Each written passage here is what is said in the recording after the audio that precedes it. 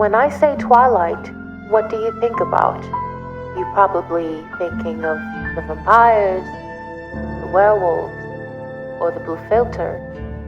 But Twilight is so much more than that.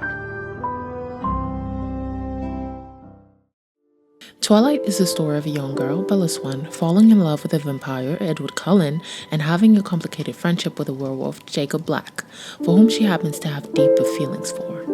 We follow the complex dynamic between opposing worlds, a predator falling for his prey, and natural enemy finding common ground in the person who both love. Originally a book written by Stephanie Meyer, it turned into a complete cinematic phenomenon. It was a huge success that even the creators did not see coming, as they invested only $37 million, only being relative, and had a revenue of $400 million. It had almost every preteen and teenagers on a chokehold. So much that we refuse to let it go in our adulthood. They have become comfort movies for many of us and a source of content on social media. Reflecting on the phenomenon of Twilight brings a wave of nostalgia for many viewers. The experience of being immersed in the world of Bella, Edward, and Jacob was a unique one. It was the first experience I had with supernatural romance, and I know it was the case for a lot of people. So it really opened us to a whole new world we were not familiar with. And that sentiment is something that we want to rekindle every time we watch those movies. And Gen Z is known to have a lot for nostalgia. We love revisiting the past. It's known that Gen Z is really pushing this nostalgia wave, closely followed by millennials. We really have a love for the various form of media that remind us of past times. And I think that has a lot to do with the fact that everything was more simple then in our eyes. We've grown up and we are caught up with a lot of responsibilities. And just going back to those familiar things calm us down and remind us that there was a time where everything was okay and it's going to be okay again. It's very philosophical. Am I pronouncing right? Am I saying it right? I don't know. What is nostalgia? Nostalgia is a word that comes from two Greek terms. Nostos, that term means returning home, and algos means pain. It was formerly used within medical context to describe the condition of homesickness amidst soldiers. So this term really refers to this idolized yearning for events that we once lived. When everything feels so chaotic and so cold and so unfamiliar, we yearn for something of the past, something that we've known to be good, to make us feel great. So we want to revisit those things because they were great experience. And it's not so much because everything is chaotic around us. It can come from that, but sometimes it's just because, why not? I think another reason why this franchise was so successful is because of Team Jacob versus Team Edward. The rivalry between the fan who supported Jacob and those who supported Edward was a defining aspect of Twilight culture. I don't think anyone was fighting. I don't think it was that serious. I mean, not to my knowledge, but you are free to say otherwise. It really left a lasting impression on pop culture that to this day, when you say to people that you liked Twilight, that you were a fan of Twilight, they will ask you which team you are on. And based on that, you will be judged or praised. How can I ever trust her scientific conclusions if she prefers Jacob to Edward? Jacob smells like a wet dog. Maybe Jacob smells like a wet dog, but at least he's loyal and he wouldn't leave you and just break your heart. Edward left to protect Bella. Yeah, well, you should have said that instead of lying to her. He killed him to lie to her, but he had no choice. No, Enough.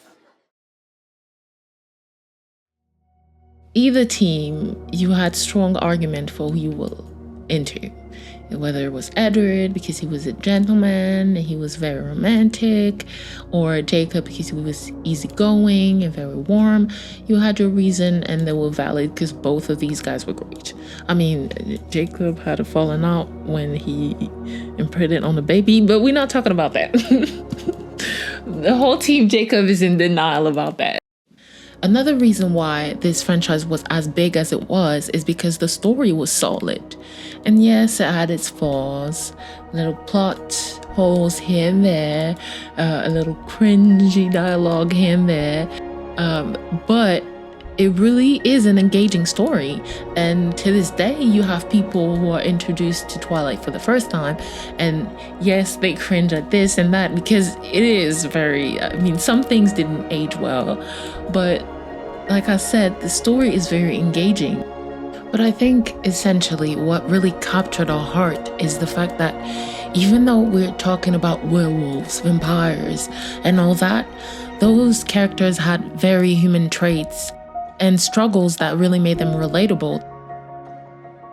Such as Jacob, figuring out who he is, having to be hit with this whole part of him he was not aware of, and then now having to adapt is something that we can relate to. We may not be werewolves, but realizing that things are happening in our life that we didn't know about and then having to adjust is something that we can all relate to. It's really telling that a lot of us really did want to fantasize about, being in a human triangle. No, that sounds illegal. In the triangle, in the love triangle. We wanted to fantasize about being in the love triangle. We really got into the story because it was a universe that we were really immersed in, and the characters, although they were werewolves and vampires, like I said, were very relatable in other aspects. So yes, Twilight was not the peak of realism. It was not meant to be, as it was a supernatural romance. It still had elements in it that made it relatable and could really be grounded in our reality. So I really think that really played a part in its success.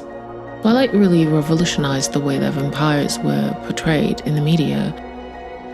Before, you saw vampires as terrifying creatures of the night. And yes, you had instances where vampires were attractive, such as Dracula, for example.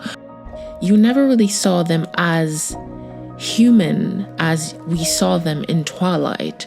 For instance, the fact that they were a family and they really cared for each other really humanized them. Also, the fact that they were vegetarian. As vegetarian as vampire can be. Twilight's success also reflected the cultural climate of its time. Its theme of forbidden love, teenage angst, and the allure of the supernatural resonated strongly with the audience. It really tapped into the desires and the fantasies of a generation, my generation, maybe your generation if you're watching. Gen Z and millennials really had an attachment to this whole franchise because at the time it really spoke to us. There was a strong teenage media with Disney, with Twilight.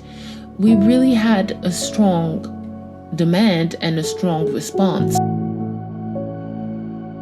I don't see a movie like Twilight coming out and having the success that it had back then. The demand has changed, and I feel like the offer is just simply not there because it doesn't know how to adapt to the demand of the teenagers of today.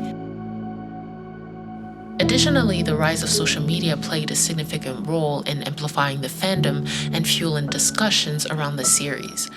I definitely think it played a role. I think regardless of social media, it would have been successful, but it definitely helped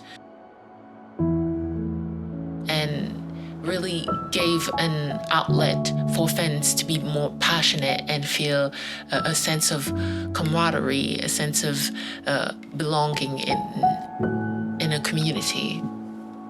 All these elements help us get an understanding of how this franchise became this huge. It was an anomaly of its time. It was often imitated but never equaled. Popularized by passionate teenagers and now carried by a young adult marked by nostalgia, it seems this franchise will simply never die.